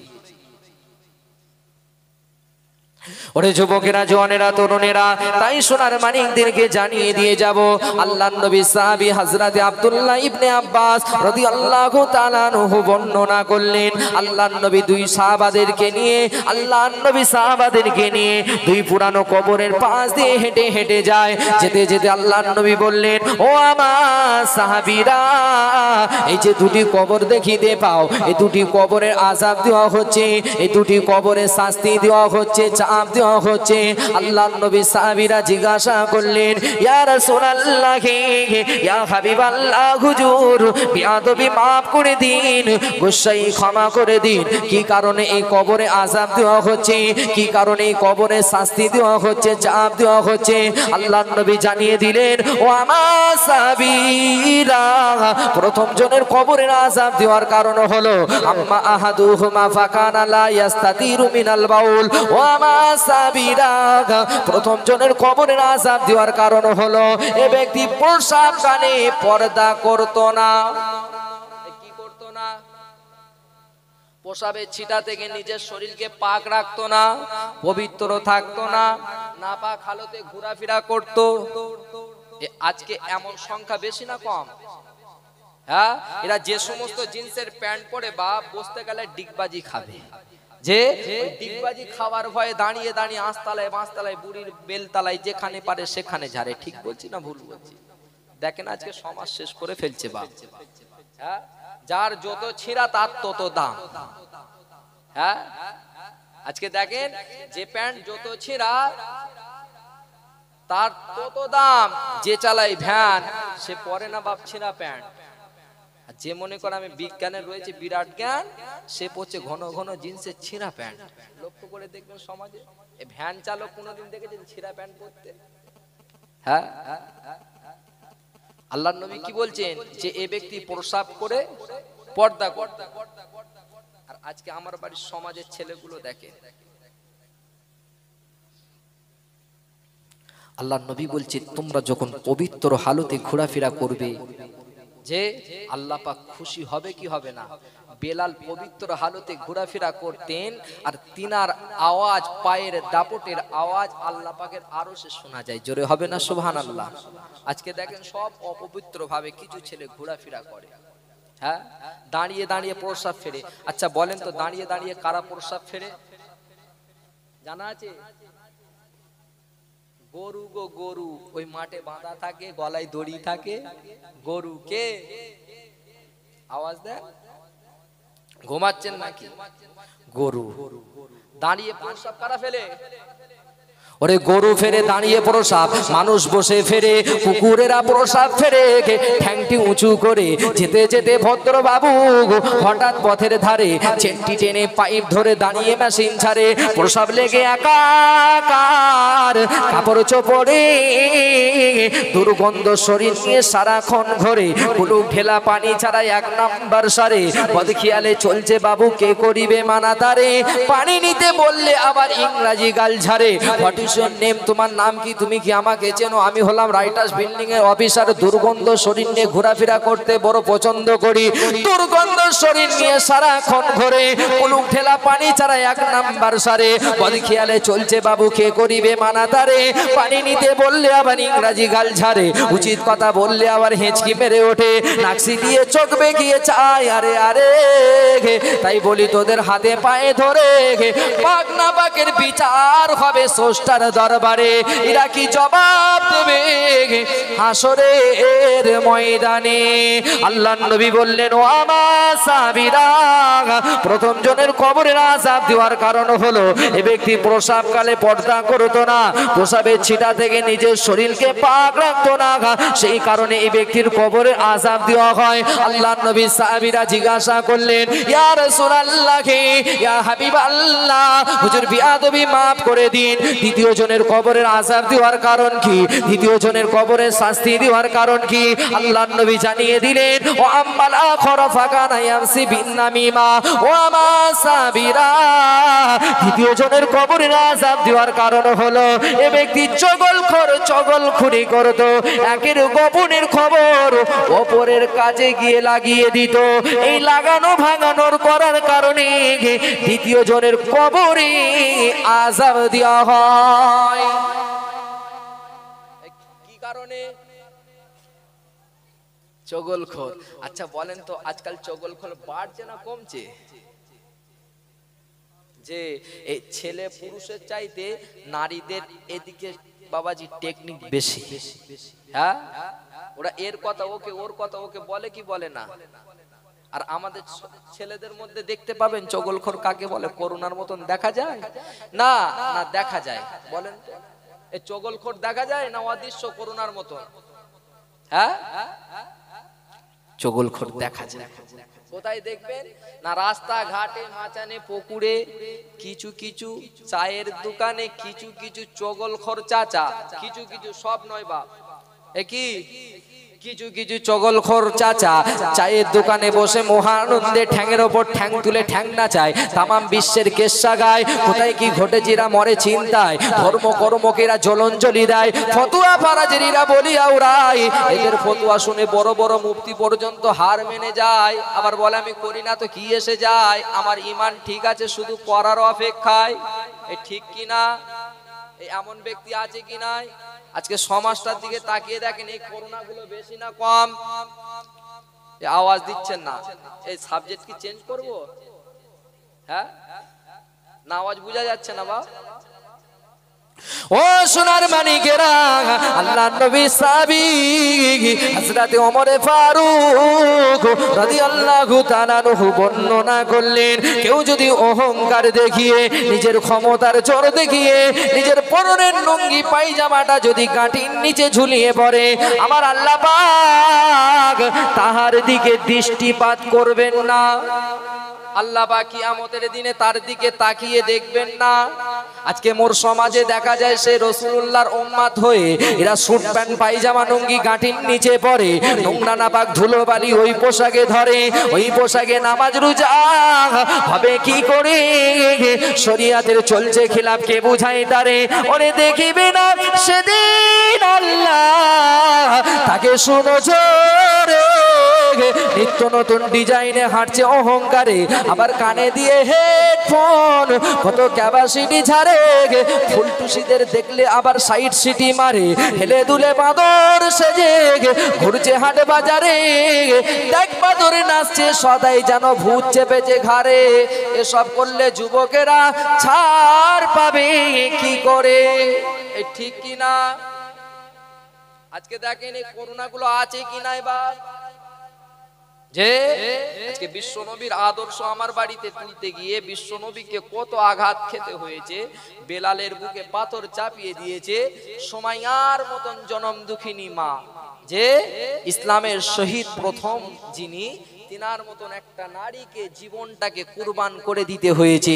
ইমামে হোসেনকে কারবালার জমিনে নিজের গর্দানকে জুদা করে দিতে হয়েছে। তার বিনিময়ে দিন এসেছে, ইসলাম এসেছে। আজকে সেই ইসলামের ঘরেতে জন্ম নিলাম, শরিয়তের ঘরেতে জন্ম নিয়েছি। ইসলামের ঘরে জন্ম নিয়ে বাপ আমি আপনি কি করছি আজকে দেখেন লক্ষ্য করে। ওরে যুবকেরা, জওয়ানেরা, তরুণেরা, তাই সোনার মানিকদেরকে জানিয়ে দিয়ে যাব, আল্লাহর নবীর কাছে মক্কার তাবর তাবর লেটারেরা, নেতারা অফার পাঠালেন, ও ভাতিজা মুহাম্মদ, খুশি হয়ে যাও বাবা, খুশি হয়ে যাও, রাজি হয়ে যাও বাবা, রাজি হয়ে যাও, সন্তুষ্ট হয়ে যাও বাবা। আল্লাহর নবীর কাছে অফার দিলেন, পেট ভরে যদি খেতে চাও পেট ভরে খেতে দেওয়া হবে, সুন্দরী যদি নারী চাও সুন্দরী নারী দেওয়া হবে, নেতার গদি যদি চাও ও বাবা মুহাম্মদ তোমার হাতে দিয়ে নেতার গদি তুলে দেওয়া হবে। কিন্তু না না না, শর্ত বাবা রয়েছে একটা। কটা? শর্তটা কি? বাবা তোমাকে কলেমা ছাড়তে হবে, ইসলাম থেকে দূরে সরে যেতে হবে, দ্বীন থেকে দূরে সরে যেতে হবে, শরিয়াত থেকে দূরে সরে যেতে হবে। ও বাবা মুহাম্মদ, যদি কলেমা থেকে দূরে সরে যাও, দ্বীন থেকে যদি দূরে সরে যাও, ইসলাম থেকে যদি দূরে সরে যাও, তোমাকে জীবনের মতো দুঃখ কষ্ট দেব না। ও বাবা মুহাম্মদ, জীবনের মতো তোমার খাবার অভাব হবে না। ও বাবা মুহাম্মদ, নেতার গদি যদি চাও, নেতার গদি দেওয়া হবে। সুন্দরী নারী চাইলে সুন্দরী নারী দেওয়া হবে। শর্ত বাবা একটা, কলেমা প্রচার, দ্বীন প্রচার, ইসলাম প্রচার তোমাকে জীবনের মতো বন্ধ করতে হবে। জীবনের মতো বন্ধ করে দিলে, যদি কলেমা প্রচার বন্ধ করে দেয়, আল্লাহর নবীকে সুন্দরী নারী দেবে, পেট ভরে খেতে দেবে, নেতার গদি দেবে। আচ্ছা বলেন তো, আল্লাহর নবীর আর কিছুর অভাব থাকবে? হ্যাঁ, কিছুরই অভাব থাকবে না। আল্লাহর নবী চিন্তা ভাবনা করে চাচা জানকে উত্তর দিচ্ছেন,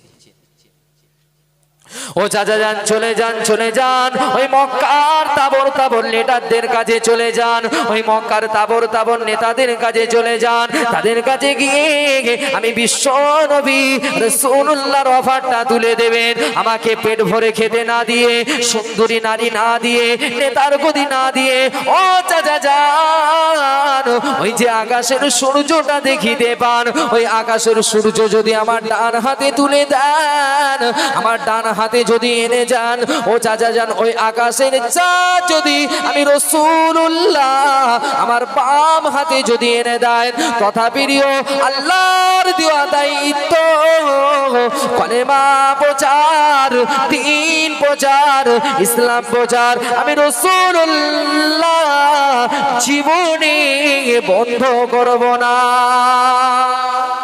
আর একটু জোরে হবে না? আজকে দেখেন বিশ্বনবী তিনটে অফারকে ত্যাগ করলেন।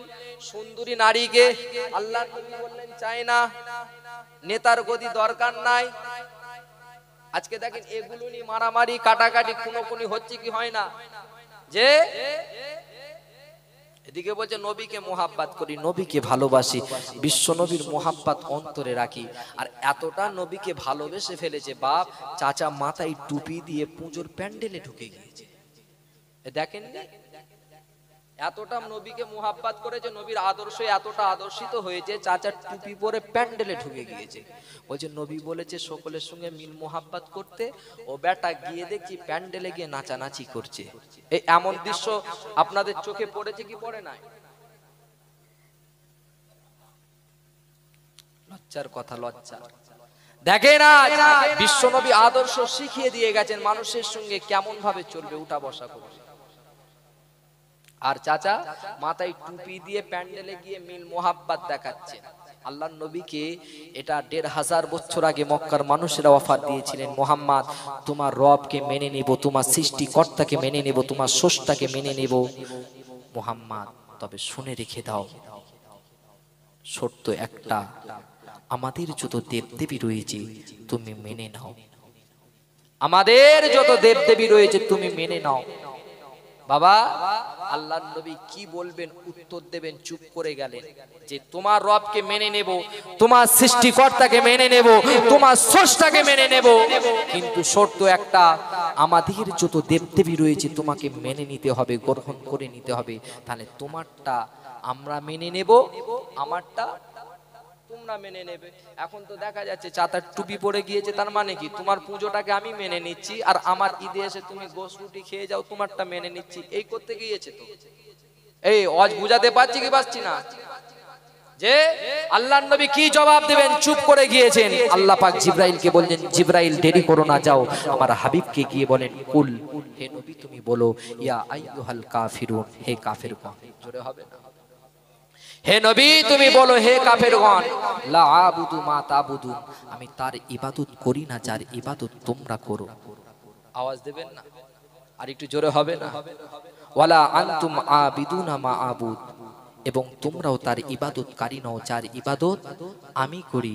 ওয়ালা আনা আবিদুম মা আবাদতুম, এবং আমি ইবাদত করি নাই তার যার ইবাদত তোমরা করে আসছো, ওয়ালা আনতুম আবিদুনা মা আবুদ, এবং তোমরাও তার ইবাদতকারী নও যার ইবাদত আমি করি।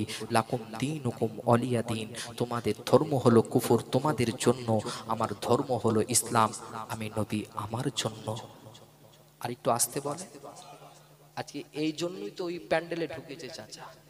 জোরে হবে না? আর একটু চিল্লে হবে না? আল্লাহর নবী বললেন তোমার ধর্ম তোমার কাছে, আমার ধর্ম আমার কাছে। আমার ইসলামে থাকতে গেলে ন্যায়ের পথে চলতে হবে, সত্য কথা বলতে হবে, হালাল খাদ্য খেতে হবে। আল্লাহর কোরআন জানিয়ে দিয়েছেন, ইয়া আইয়ুহাল্লাযীনা আমানু দুখুলু ফিস সিলমি কাফা ওয়ালা তাত্তাবিউ খুতুওয়াতিশ শয়তান। ইসলামের ভিতরে ঢুকতে গেলে পরিপূর্ণভাবে দাখিল হওয়া লাগবে। খুতুওয়াতিশ শয়তান, শয়তানের তাবেদারি থাকতে হবে, শয়তানের ইত্তেবা ছাড়তে হবে, শয়তানের অনুসরণ ছাড়তে হবে। আল্লাহর নবী বললেন মা আতাকুমুর রাসূলু ফাখুযুহু ওয়া মা নাহাকুম আনহু ফান্তাহু। আমি বিশ্ব নবী তোমাদের কাছে যেটা আদেশ আকারে এনেছি তার প্রতি তোমাদের জীবনটাকে চালাতে হবে। ওয়া মা নাহাকুম আনহু ফান্তাহু, আমি রাসূলুল্লাহ যেটা বর্জন আকারে এনেছি, গান বাজনা চলবে না, মদ খাওয়া যাবে না, সুদ খাওয়া যাবে না, জেনা করা যাবে না, মা বাপকে ধরে পিটানো যাবে না। আল্লাহর নবী এটা ১৫০০ বছর আগে জানিয়ে দিলেন। আর আজকে আপনি কোন লজ্জায় কোন শরমে আপনি পূজোর প্যান্ডেলে গিয়ে ভ্রাতৃত্ব দেখাচ্ছেন, মিল মোহাব্বত দেখাচ্ছেন? আপনার মতন মুসলমান হলে ওই কবরে গেলে ফেরেশতারা লেতবে কি লেতবে না? যে এই আওয়াজ ভুল বললাম? আল্লাহর নবী তো ১৫০০ বছর আগে আলাদা করলেন, আর আজকে আপনি মিল মোহাব্বত দেখাচ্ছেন। যে মিল মোহাব্বত করেন রাখেন, ভালো কথা, কিন্তু কিন্তু তার ধর্ম তার কাছে, আমার ধর্ম কি আমার কাছে। ইসলামের ভিতরে যে সমস্ত অধিকার রয়েছে সে মানুষ মানতে পারবে না। আজকে আমি আপনি মানতে পাচ্ছি না বলি তো ভাবছি ওর ধর্মটাও যেমন আমারটাও তেমন। আমাদের যুবকরা দাঁড়িয়ে প্রস্রাব ফেরে, ওদের যুবকগুলো দাঁড়িয়ে প্রস্রাব ফেরে। এরা চিন্তা করছে আমরাও দাঁড়াচ্ছি ওরাও দাঁড়াচ্ছে, তাহলে ভাই ভাই তো। যে এরা যদি বসে ওরা দেখে শিখবে কি শিখবে না যে ওরা বসছে আমরা দাঁড়াচ্ছি? ঠিক কি না?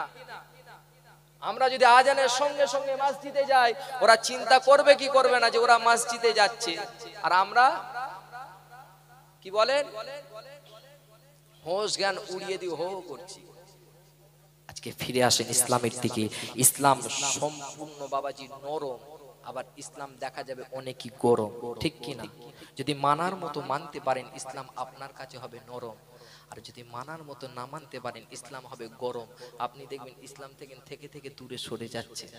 যে যেমন এই নামাজ হলো চুম্বক, কি বাপ? নামাজ হলো চুম্বক, আমি আপনি হলাম লোহা।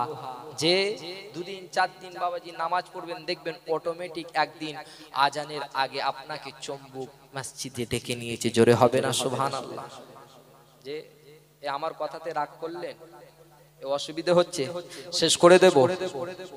হ্যাঁ, একবার তাকবীর দেন তো, নারে তাকবীর। তৃতীয় প্রশ্ন বাকি আছে এখনো, সেই হিসেবে তাকবীর দেন তবে বলবো, নচেত এখানে শেষ করে দেব, অন্যদিকে ঘুরে যাও। তাকবীর দেন, নারে তাকবীর। আর একটু আওয়াজ দেন, নারে তাকবীর, নারে তাকবীর। মাশাআল্লাহ, মুহাব্বতে দরুদ আল্লাহুম্মা।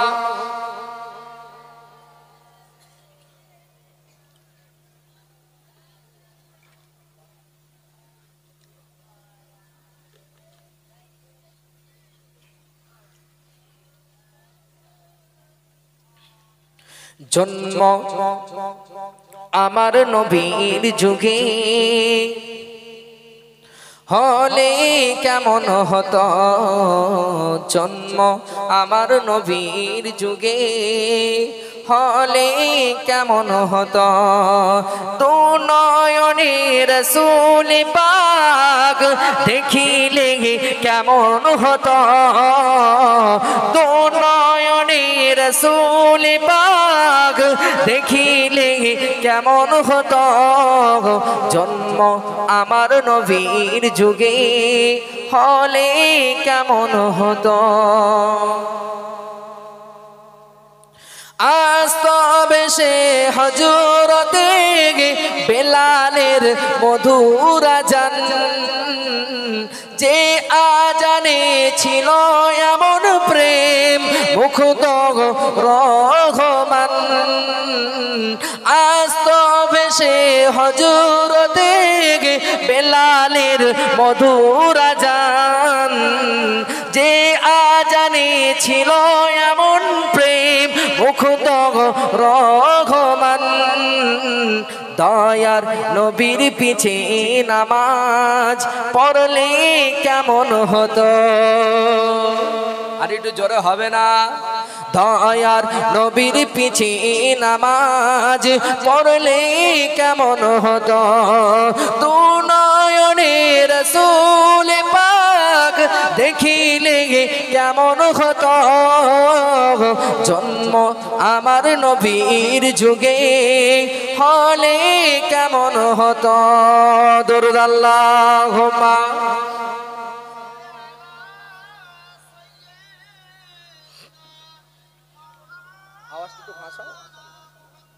ওয়ালা আলি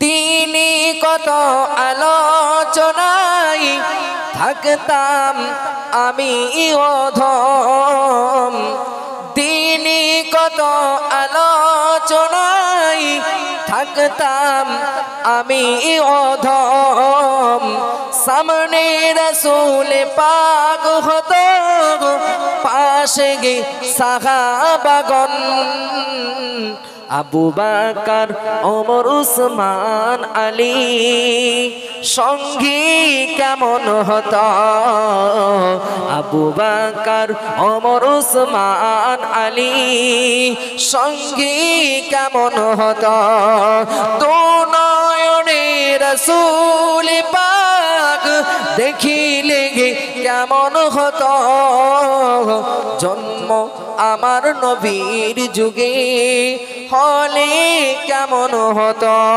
দরুদ আল্লাহুম্মা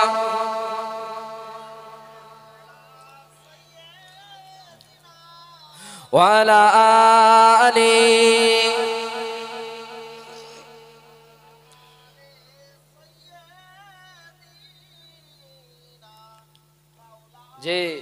যে কথা বলছিলাম যে আজকে রাসূলুল্লাহ আদর্শ আমাকে আপনাকে শিখিয়ে দিয়ে গেছেন সেই আদর্শ থেকে আমি আপনি দূরে সরে গিয়েছি আল্লাহর নবী বললেন খয়রুন নাসি মাইয়ান ফাউন নাস মানুষের ভিতরে সেই ব্যক্তি উত্তম যে পরের উপকার করে কি করে যে পরের উপকার করে না যে পরের ক্ষতি করে বা আল্লাহর নবী বললেন মানুষের ভিতরে সেই ব্যক্তি উত্তম যে পরের উপকার করে তাই বলি ওরে পর উপকার করো সবে তবে আল্লাহর রহমত বর্ষিত হবে ওরে হতভাগা কদিন আর বাঁচবো এইভাবে পরের ক্ষতি করো না তবে কর্মফল তোমাদের চিরদিন রবে আমার আল্লাহ পাক সকলের হিসেব পাই টু পাই নেবেন না কারো হিসেব ছেড়ে দেবে আওয়াজ দেন গ্রামের এমএলএ প্রধান সকলের হিসেব পাই টু পাই নেবে নিজের ধন সম্পত্তি হতে গরিব আত্মীয় স্বজনের জন্য অনাথ বালক বালিকাদের জন্য দিন দরিদ্রর জন্য পথিক ভিক্ষুকের জন্য গরিব প্রতিবেশীর জন্য এতিম অসহায় এসিদের জন্য হাসি মনে খুশি মনে ব্যয় করে চলতে হবে ভাইরে আমরা পরের উপকার করা তো দূরের কথা বরং বিপদে ফেলার চেষ্টা করি গরিবের দুঃখ দেখে দাঁতের গুড়াই গুড়াই হাসি কি হাসি নাই গরিবের দুঃখ দেখে হাসি না একটা গরিব মানুষ ফাটা ফুটো জামা পরে হেঁটে যাচ্ছে কিছু ছেলে ভিডিও করে নিয়ে নেটে ছাড়ছে বলছে টিকটক ভিডিও হবে লোক দেখবে আর হাসবে কি হবে টিকটক ভিডিও যে এমন হয় কি হয় না আজকে দেখেন পৃথিবীর জমিনের দিকে রাসূল বলছে যে গরিবের দুঃখ দেখে হাসতে মানা করছে আল্লাহর নবী আর আজকে আমি আপনি গরিবের দুঃখ দেখে হাসছি নিজেদের ধন সম্পত্তিকে কুক্ষি কত করে রাখতে চায় এমনকি গরিব প্রতিবেশীর পর্যন্তই মুসলমান লজ্জা পায় পরিচয় দিতে লজ্জা পায় অনাথ অনাথিনী কাঙ্গাল কাঙ্গালিনী ভিখারি ভিখারিনী করুণা আর তোনাদের আমাদের অন্তরটা কোনো দিনের জন্য কাঁদে না ওগো খোদা দিয়ে ধন বোঝে মন, কেড়ে নিতে তার পক্ষে কতক্ষণ। খোদা তোমার করেছে অর্থবিত্তশালী, কথায় ও কাজে টান টান দেখছি হালি হালি। ওরে হতভাগা কদিনের ধনী হলি, অর্থের লোভে তুই সব ভুলে গেলি। চিন্তা করে দেখলি না ধন কোথায় পেলি, জাকাত ফেতরাই কেন কৃপণ হলি। ছোটে সরে খাবে তোদের টাকা পয়সা গুলি, দুদিন পরে উঠতে পারে সকলের ঘাড়ে ভিক্ষার ঝুলি। এ পারে কি পারে না বাপ? কিসের এত অহংকার? একজনকে রানুঘাট থেকে তুলে দিল হিমেশের ঘরে, দেখেছেন? আওয়াজ দিয়ে দেখেছেন? হিমেশের ঘরে ঢুকিয়ে দিয়েছিল, এত অহংকার দেখালো। আবার সেই রানুঘাটে পড়ে রয়েছে। নাম কি বলেন তো? রানু মণ্ডল। কি বলেন? কিছু ব্যক্তি বলে এদের নাম মাইকে লাই কেন হুজুররা? বলে না যে এই নায়ক নায়িকাদের নাম মাইকে নেওয়া চলবে না, তাহলে আবু জেহেলের নাম নেওয়া যাবে? বলেন আপনারা? ফিরাউনের নাম নেওয়া যাবে? আপনার যদি বাবাজি এদের নাম নিতে যদি অসুবিধা হয়, তাহলে আবু জেহেলের নাম নেওয়া যাবে না, ফিরাউনের নাম নেওয়া যাবে না, নমরুদের নাম নেওয়া যাবে না। এ রানু মণ্ডল খোদা দাবি করেছে বাপ? জোরে বলে। রানু মণ্ডল তো খোদা দাবি করে নাই, কিন্তু নমরুদ ফিরাউন কি করেছে? খোদা দাবি করেছে। তাহলে তাদের নাম নিচ্ছে, অসুবিধা নেই, এদের নাম নিতে কি অসুবিধা? ভুল বলছি না ঠিক বলছি? যে আজকে দেখেন ওনারা হলো ইতিহাস আর ইনারা হলো বাস্তব, ঠিক কি না? এদের বাস্তব দেখছি আমি আপনি। আজকে লক্ষ্য করে দেখেন সমাজে যে ব্যক্তি অহংকার দেখায়, সেই অহংকারের পতন আছে কি নাই? যে আবু জেহেলের কম টাকা ছিল না, ফিরাউনের কম টাকা ছিল না, নমরুদের কম টাকা ছিল না। আজকে আমি আপনি কত টাকার মালিক হয়েছি বাপ? গরিব দিকে তুচ্ছ ভাবছি। দেখেন লক্ষ্য করে, গরিবকে বাবাজি মানুষ বলে মনে করি না। যে গরিবকে আজকে তুচ্ছ ভাবছি বাবাজি, গরিবকে মানুষ বলে মনে করি না। এ অসুবিধা হচ্ছে? রাগ করছেন? ফিরে যায় সেই বক্তব্যের দিকে, না যাব না? তৃতীয় প্রশ্ন, ঠিক কিনা? তৃতীয় প্রশ্ন হচ্ছে, এই 18 বছরের যুবতী নারী, তুমি প্রথম নাম্বার প্রশ্নে পাশ করেছো, তুমি কি কারণে জেলখানা, রোম দেশের জেলখানার ভিতরে বন্দী ছিলে? দ্বিতীয় প্রশ্ন তোমার হলো, তুমি কি আমার জনম দুঃখিনী মাকে চেনো? সেই প্রশ্ন পাশ করে গিয়েছো। তৃতীয় তোমার প্রশ্ন হলো, তুমি বলো বিবাহর আগে আমাকে কতটা ভালোবাসো তা জানি না, বিবাহর পরে কতটা ভালোবাসো? বিবাহর আগে কতটা ভালোবাসো আমি জানি না, বিবাহর পরে কতটা ভালোবাসবে সেটা বলো। আজকে বাপ আমার বিবাহর আগে ভালোবাসা না পরে ভালোবাসা বলেন? হ্যাঁ আগে গো। এই জলসা থেকে বাড়ি ফিরি যখন, লাইন দিয়ে দিকে রাত 1টা 2টোর সময় কিছু কিছু ছেলে এই ঠান্ডার সময়ও মাথায় বাবাজি রুমাল বা চাদর জড়িয়ে বসে বসে ফোনে কথা বলে। আচ্ছা ও তো নিজের বিবি হলে পাশে শুয়ে ঘুমিয়ে যেত এতক্ষণ। এই ঠিক বলছি না ভুল বলছি? ও বকে কার সাথে অত রাতে? হ্যাঁ ও রাত 1টা 2টোর সময় দেখছি কাঁথা কম্বল ছেড়ে দিয়ে মাঠে বসে বসে কথা বলছে। তার মানে যত ভালোবাসা সব বিয়ের আগে বাবাজি। তকবীর দেন, নারায়ে তাকবীর, নারায়ে তাকবীর, নারায়ে তাকবীর। সিলসিলা হক ফুরফুরা শরীফ, সিলসিলা হক ফুরফুরা শরীফ, নারায়ে তাকবীর। এই ভাষাগত দিক দিয়ে যদি ভুল ত্রুটি হয়ে থাকে আল্লাহ রাস্তায় মাফ করবেন। ছোট ভাই হিসেবে, ছোট সন্তান হিসেবে ক্ষমা করবেন। আল্লাহর কাছে দোয়া চাইবেন, আল্লাহ পাক যেন আমাদের সকলকে শরীয়তের পথে চলার মতন তৌফিক দান করে। সকলে বলেন আল্লাহুম্মা আমিন। তাকবীর দেন, নারায়ে তাকবীর।